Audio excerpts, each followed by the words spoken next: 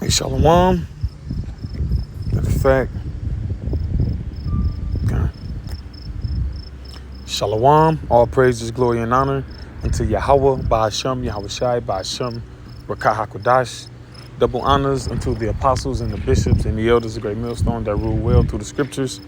Peace to the 144,000 and the rest of the hopeful elect. I am the brother Kaya from GMS Indianapolis, the branch of Indiana. The original Gary campus, GMS with Material 2. And I'm on to do a lesson on this image you see on screen. I just seen this. All right, I'm over here and I'm walking around getting some sun or whatever. And I see on someone's house, they have an upside down American flag. So I'm just like, I know it means, I'm like, what the hell that mean? What is he trying to say by that? I know the particular guy is an Edomite, and it's like, what does this mean to have an upside down American flag? So I Googled it. And then Google says, just reading the AI overview, an upside down American flag is officially a symbol of dire distress or extreme danger. All right? But it has evolved into a contemporary political statement of protest, particularly by the right wing, to signify the nation's distress in response to events like the 2020 election. While it was historically a signal used by sailors in distress at sea, the practice has become a mainstream form of protest across the political spectrum, reflecting frustration with government and a sense of national crisis. So, is it based off Trump didn't win the 2020 election? And is it evolving into Trump is not keeping his promises? Because either way, you still in distress, right? You in distress, you so-called white people, because America was basically founded for your good and your betterment, right? It's what your founder fathers had you in mind, right? Your inalienable rights, your pursuit of happiness, like the Constitution say. And you was committing genocide against the Native Americans, and you had the so-called Negroes enslaved, and you was taking the land of the Latinos, California. See, you was doing all that around this time. So you didn't mean that for everybody. You meant that for yourselves. But now you find yourself in this dire predicament, this economic situation, which is just horrible for you. And you're looking at what your children and your grandchildren might have to face. And you scared, all right? Let me see, let me grab some real quick.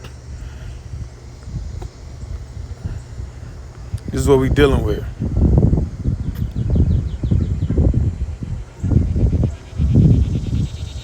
Grab a scripture.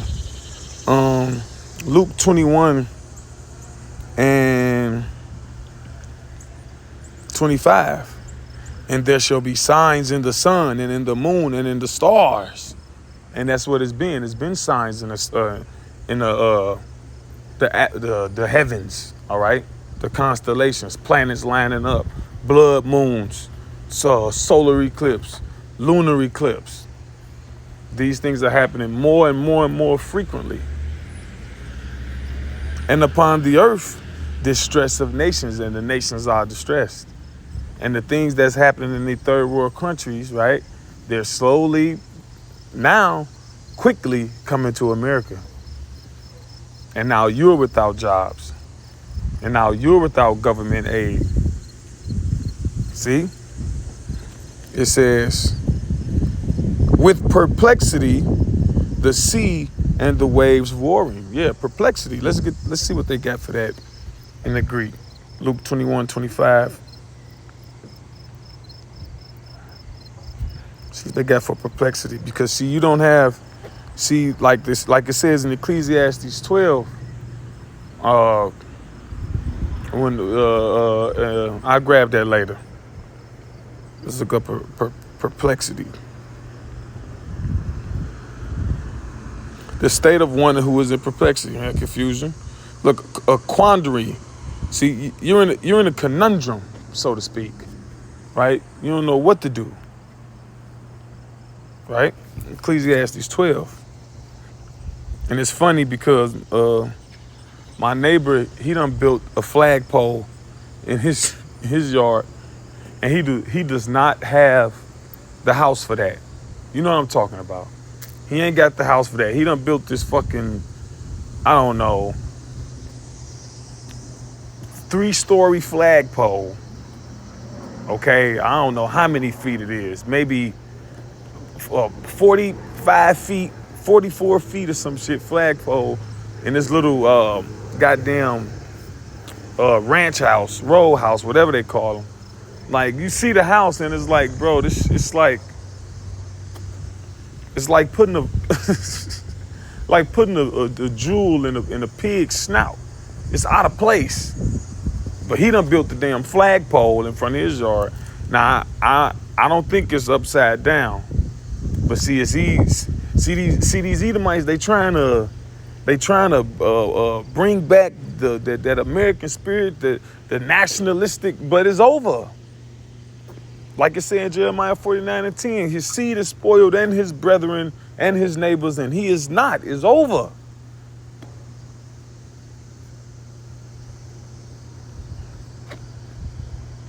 I just want to read the next verse. Verse 26, men's hearts failing them for fear, all right, and for looking after those things which are coming on the earth, for the powers of heaven shall be shaken. Yeah, war. Yeah, famine. See, the things that's coming on the earth, and you see it's coming, and you know you can't prepare for it. You buying your guns and you buying your bullets. Okay, cool. But it's just a small contingency of people that know how to farm and know how to hunt, right? And that's not gonna be enough. And this nigga, Esau Edom, he got drones. You ain't about to look. You can't fuck with the police. This is a police state, right? Ecclesiastes 12, and let's see. Oh, Salakia. Ecclesiastes 12. Start at the top. Remember now thy creator in the days of thy youth, while the evil days come not. See, and that's what we're dealing with. We're dealing with the evil days. Evil is bad times. So it's bad times when you can't protect yourself, feed yourself, protect and feed your family, and you just totally, you living under martial law. No. It says, nor the years draw nigh when thou shalt say, I have no pleasure in them, while the sun or the light or the moon or the stars be not darkened, nor the clouds return after the rain, in the day when the keepers of the house shall tremble. What is a keeper of a house? A keeper of a house, if you got a large estate, oftentimes you'll have a manager of your estate. And why is the manager trembling? Because while he's dealing with your affairs, while he's dealing with your finances, he's looking ahead and he's seeing that you ain't got enough to make it through the winter. Or you ain't got enough to make it through the, what they call it, through the quarter and all of that good stuff. It says, and the strong men shall bow themselves. See, now the strong man is supposed to represent the military. If the members of your military don't want to fight, then what type of military do you got? When the strong men shall bow themselves. Okay? Let's see what ChatGPT say. What is that?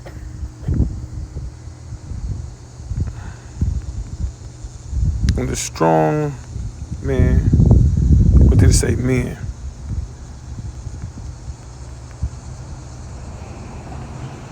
Scriptural meaning.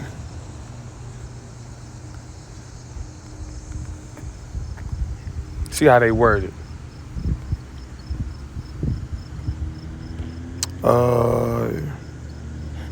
You ain't got nothing for me? I know my shit on. context, maybe? Okay. The phrase when a strong man shall bow himself comes from Ecclesiastes 12:3 in the Bible. It says the scripture, see, they ain't got it.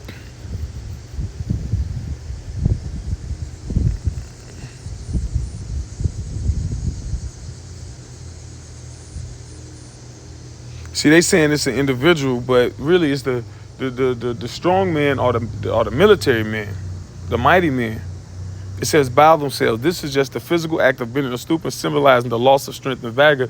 The American military has definitely lost its strength and vigor. They had the don't ask, don't tell. Hell, they had the physical training is nowhere near as intense. They had the stress cards. Drill sergeant yelling in your face too much. You can give them a card and tell them, all right, that's enough, drill sergeant. I've reached my limit. Give you a stress card. All right. You got video. Look, see, because a lot of people was joining the military because they believe America the number one power, so you don't go to war. It's just like a fast track route to some money, into a career, all right, in a house and an education. But then when they looking and seeing what's happening with these other countries, they saying, I ain't signing up for this. You go to YouTube and see it. I ain't signing up for this. In his BDUs, which I think those are a battle dress uniform, a battle dress unit. He got the uniform on, got the camos on, talking about he ain't signed up for this. He don't want to go to war. Crying. Done signed up for 4 years. See?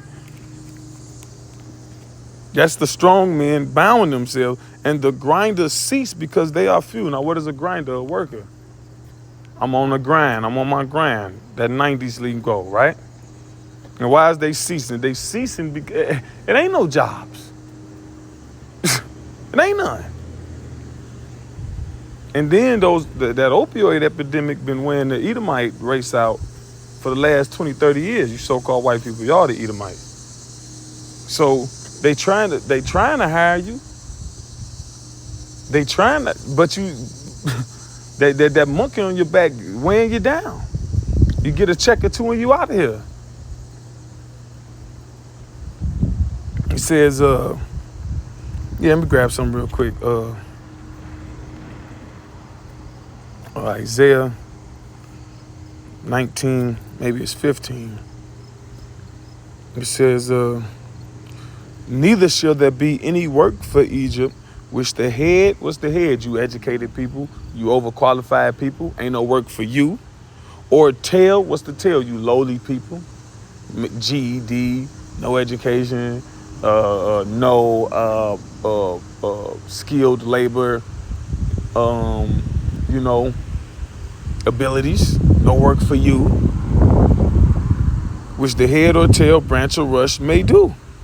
See? It's fucking 300 plus 1,000 black women lost their job. You got AI. A lot of these work from home jobs. All right now. It's already hard to reach a goddamn person when you talking, when you calling somebody now. Dealing with your internet go out, you're trying to talk to the Apple support and the credit card support and PayPal and eBay. It's been harder. Your cable, if you still got it, whatever. Netflix, needing technical support. It's getting harder and harder to talk to people. It's getting less and less people. More and more automation, digitization, artificial intelligence. You go to the grocery store, the line long as hell, because you got there's only one teller managing 8 to 10 self-checkouts. Then they making mistakes. Then you got people buying liquor. They got their IDs. This one person got to go and scan their ID. And then this person put some back. And then this one is credit card only. And then these people got cash. And see? Ain't no work for the head or the tail. It says, in that day shall Egypt be like unto women. What's that? Defenseless. Woman ain't really, come on, man. They showed, watching WNBA players go against dudes not even in the league. Man, them niggas look like they was in the league. They had trained women fighting men off the street.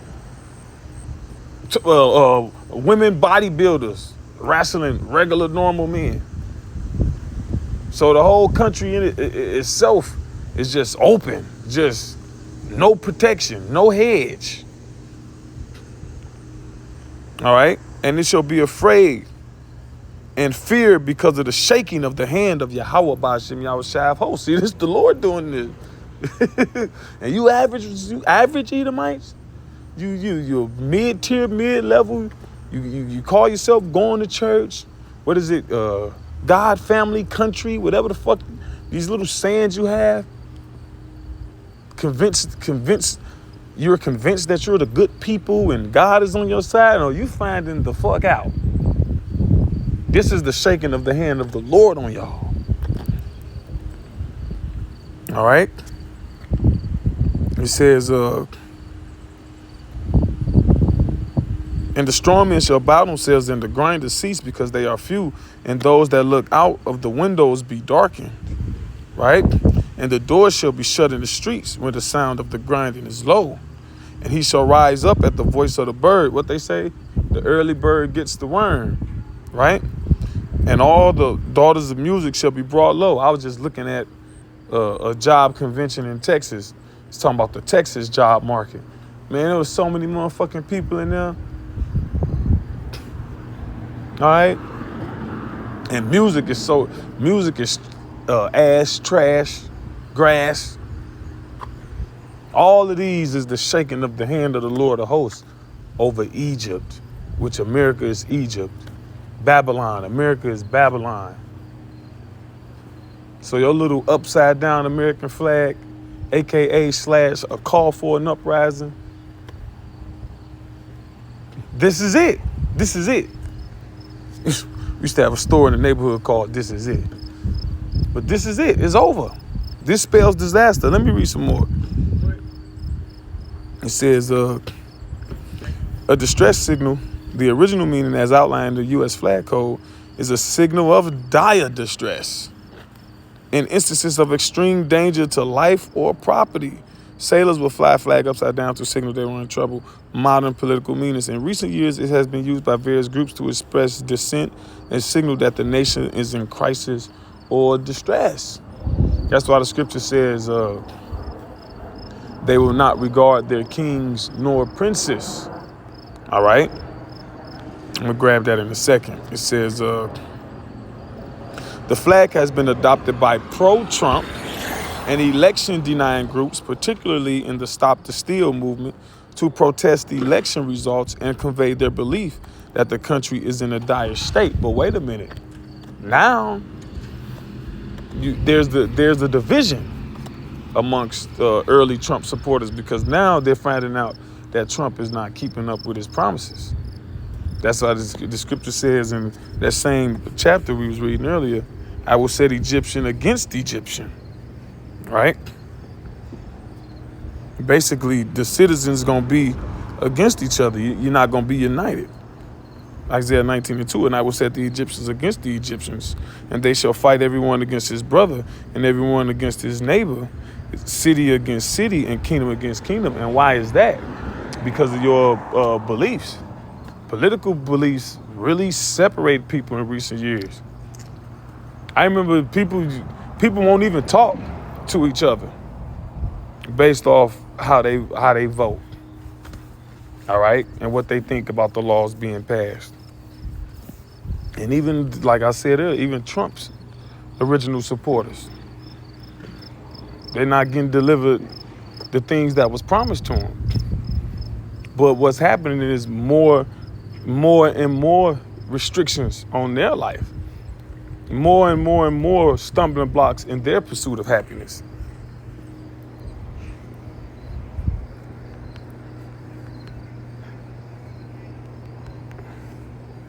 2 Ezra 15:16. For there shall be sedition among men. And sedition means to incite people to riot. You got all these YouTube channels exposing shit.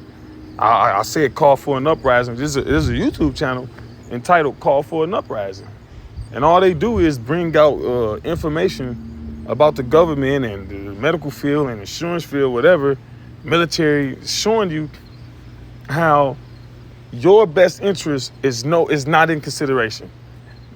Matter of fact, your detriment is a high part on the menu. And that's what you so-called white people don't realize. All right? Even you regular citizens, that's what you don't realize. This nigga got your worst. All right? He want the worst for you. The saying, you want to imagine the New World Order? Imagine the fucking boot to the face over and over and over again. That's what the New World Order is. The shit he doing. 1 second. It says, for there shall be sedition among men and invading one another. They shall not invading one another. See? People just gonna be breaking into people's shit, robbing people's shit. Because shit, you ain't got it. You hungry. Or it's gonna be racial. Like how they used to do. Matter of fact, it's not an or, it will be racial. Like how they would flood and destroy successful Negro towns, so-called. You poor whites, poor drug addicted whites is going to start ravishing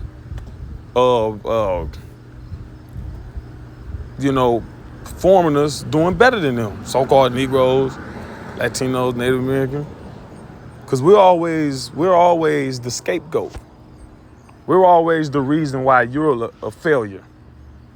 The media manipulates people, your feeble mind, because that's already in your spirit anyway to think that we less than. So it's nothing for you to think that the reason why your welfare check stopped is because too many so-called black people getting it.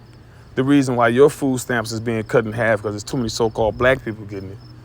You so-called white people is the predominant recipients of government aid. Always has been. It says, they shall not regard their kings nor princes, and the course of their actions shall stand in their power. Right, because you're going to find out that they ain't for your turn. They don't got your best interest at heart. So you're going to just do whatever the hell you're going to do what you got to do. This scripture saying you're going to do whatever your mind, spirit tell you got to do, that's what you're going to do. Whether it's eat out the garbage or whether it's break into a store or rob somebody or you're going to do what you got or delete somebody, you're going to do what you think you got to do. Because you ain't going to have Yahweh Ba Shimmy Yahweh Shai. That's what you all seeing. Y'all going to church, y'all singing hunky spirituals. Ain't no spirit in there. You ain't the children. Lord ain't coming down for no mess. Y'all know that shit don't sound good. It says the upside down broader protest. The upside down flag has also been used by progressives to show frustration with the government, indicating the shift from the flag being exclusively a right-wing symbol to a broader, although increasingly partisan symbol of protest. So anyway, with that being said, Lord's will, this was an edifying lesson to the hopeful elect. All praises, glory, and honor unto Yahweh, Ba Hashem, Yahweh Shai, Ba Hashem Rakah HaKodash, Shalom.